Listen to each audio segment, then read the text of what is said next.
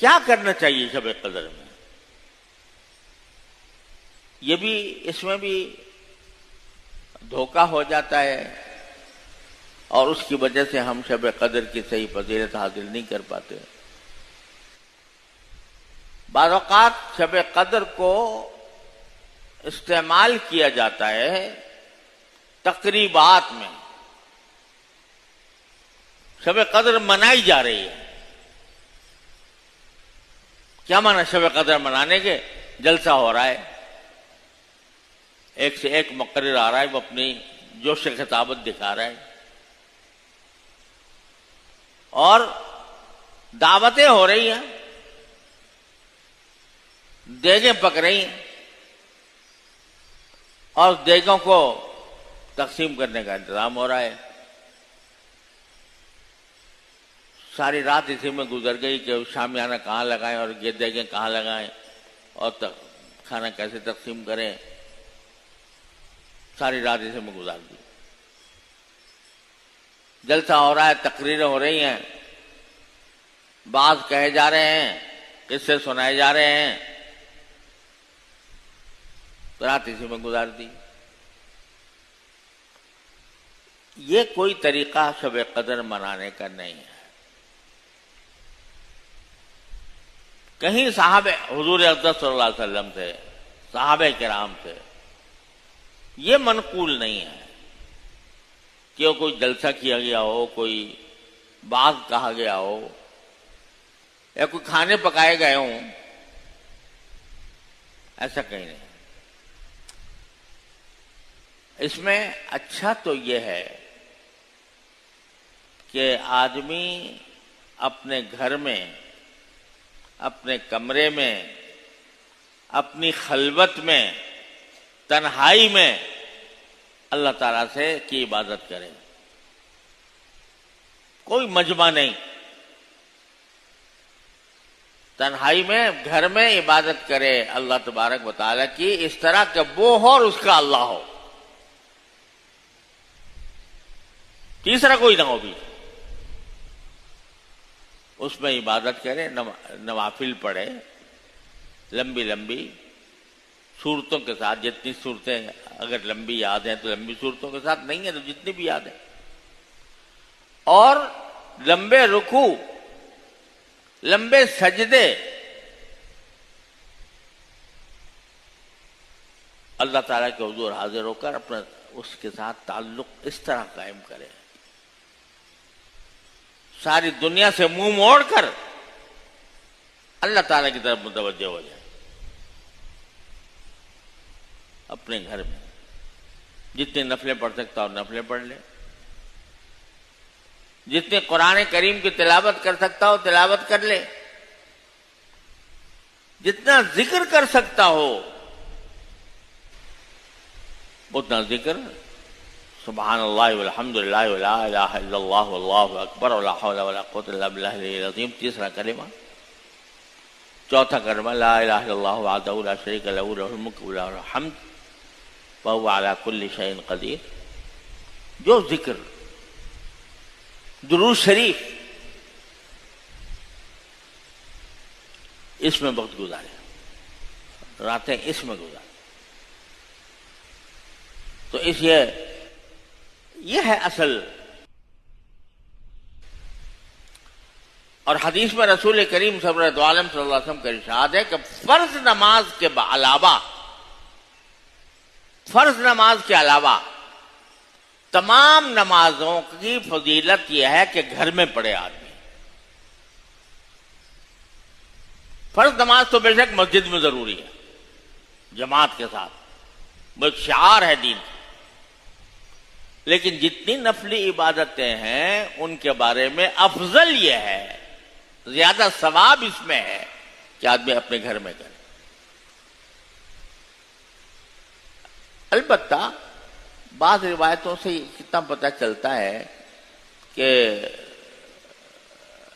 بعض مرتبہ بعض صحابہ کرام لیلۃ القدر کی تلاش میں دور سے مسجد نبوی آ جایا کرتے تھے۔ کیوں آتے تھے؟ اس لیے کہ دیکھنا چاہتے تھے کہ رسول کریم سرورت عالم صلی اللہ علیہ وسلم اس رات میں کیا کر رہے ہیں. نیز اس لیے آتے تھے تاکہ وہاں ان کو صحیح طریقے سے پتہ نہیں تھا کہ وہاں پر ہم کیا کریں. تو جب مسجد نبوی آئے تو رسول کریم صلی اللہ علیہ وسلم کی ہدایات ان کو ملتی تھی. وہ الگ بات ہے. آج بھی اگر کوئی شخص مسجد جائے اس غرض سے جائے کہ بھئی وہاں کچھ جاننے والے لوگ ہوں گے, ان سے پوچھوں گا کہ یہ رات کیسے گزاروں, تو اس میں کوئی حرج نہیں. لیکن اصل افضل یہی ہے کہ تنہائی میں ہو, وہ ہو اور اللہ کا اس کا اللہ ہو, بس اس طرح رات گزاری جائے. 3 باتیں میں نے عرض کی. نوافل, رات کے نوافل 8 ہوں تو اچھا ہے, اس سے زیادہ بھی پڑھ سکتے ہیں, 12 ہو جائے. اور اس میں لمبی رکوع, لمبے سجدے. دوسرے ذکر اور صدقہ خیرات. اور چوتھی چیز جو سب سے اہم ہے وہ ہے دعا. دعا مانگے اپنے مقصد کے لیے بھی, دنیا کے کاموں کے لیے بھی, دنیا میں اس کو جو ضرورتیں لاحق ہیں اس کے لیے بھی. یا اللہ میں بے روزگار ہوں, مجھے روزگار دے دے. یا اللہ میرے رزق میں کچھ آدمی پیدا فرما دے. یا اللہ میری تجارت کو کامیاب کر دے. یا اللہ میرے بچوں کو نیک بنا دے. یا اللہ مجھے میں بے اولاد ہوں, اولاد عطا فرما. جتنی حاجتیں ہیں دنیا کی, اور اپنی بھی, اپنے رشتہ داروں کی بھی, اپنے دوست احباب کی بھی, مانگو اللہ سے. اللہ تعالیٰ کا منادی آواز دے رہا ہے کہ آؤ, جو مجھ سے مانگنا ہے مانگو. وہ مانگو. اور بھائی خاص طور پر جس طرح اپنے لیے مانگتا ہے اسی طرح آدمی کو اپنے رشتہ داروں اور احباب کے لیے بھی مانگنا چاہیے, اور اپنے ملک و ملت کے لیے کہ اللہ ہمارے اس ملک کو کسی طرح ٹھکانے لگا دے. اس کا اونٹ کسی کروٹ بیٹھتا نہیں ہے مدتوں سے, تو یہ اونٹ بیٹھ جائے کسی کروٹ جو آپ کی رضا کے مطابق ہو. یہ دعا کرنی چاہیے. پھر عالم اسلام مصائب کا شکار ہے. فلسطین کو دیکھو, بیت المقدس میں کس طرح یہودی ظلم داخل ہو کر ظلم کر رہے ہیں. کشمیر میں دیکھو کیا ہو رہا ہے. اور اب تو کشمیر پر منحصر نہیں, سارے ہندوستان کے اندر مسلمانوں کو تنگ کیا جا رہا ہے. اور شام میں دیکھو کیا ہو رہا ہے, لیبیا میں کیا ہو رہا ہے, عراق میں کیا ہو رہا ہے. سارے عالم اسلام کو تہس نہس کرنے کا منصوبہ ہے, اعوذ باللہ. اور ہم دنیا کی آبادی کا 1/3 ہم ایسے ہو گئے جیسے تنکے پانی میں تنکے بہہ رہے ہیں. کوئی قوت ہماری نہیں رہی, کیونکہ اللہ کی رسی کو چھوڑ رکھا ہے. تو اس کے لیے بھی بھائی دعا مانگ لو کہ اللہ تعالی ہمیں اللہ کی رسی کو مضبوط پکڑنے کی توفیق عطا فرمائے. واعتصموا بحبل اللہ جمیعا ولا تفرقوا پر عمل کرنے کی توفیق عطا فرمائے. اور یہ سب کچھ ہماری شامت اعمال ہے. کہتے تو ہیں ہم کہ ہم مسلمان ہیں, کلمہ بھی پڑھتے ہیں, لیکن جب ہم بازاروں میں جاتے ہیں تو لوگوں کی کھال کھینچنے کی فکر کرتے ہیں. پھر ہم جلاد بن جاتے ہیں, قذاق بن جاتے ہیں,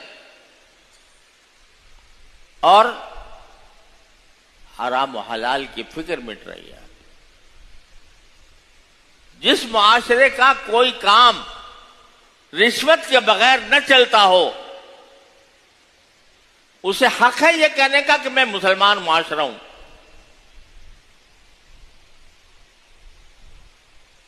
کوئی آدمی ذرا دفتر میں جا کے دیکھے اپنا کام چلانے کے لیے منہ کھولے بیٹھے ہوئے، حرام کھانے کے لیے منہ کھولے بیٹھے ہیں لوگ جگہ جگہ، ہر دفتر میں.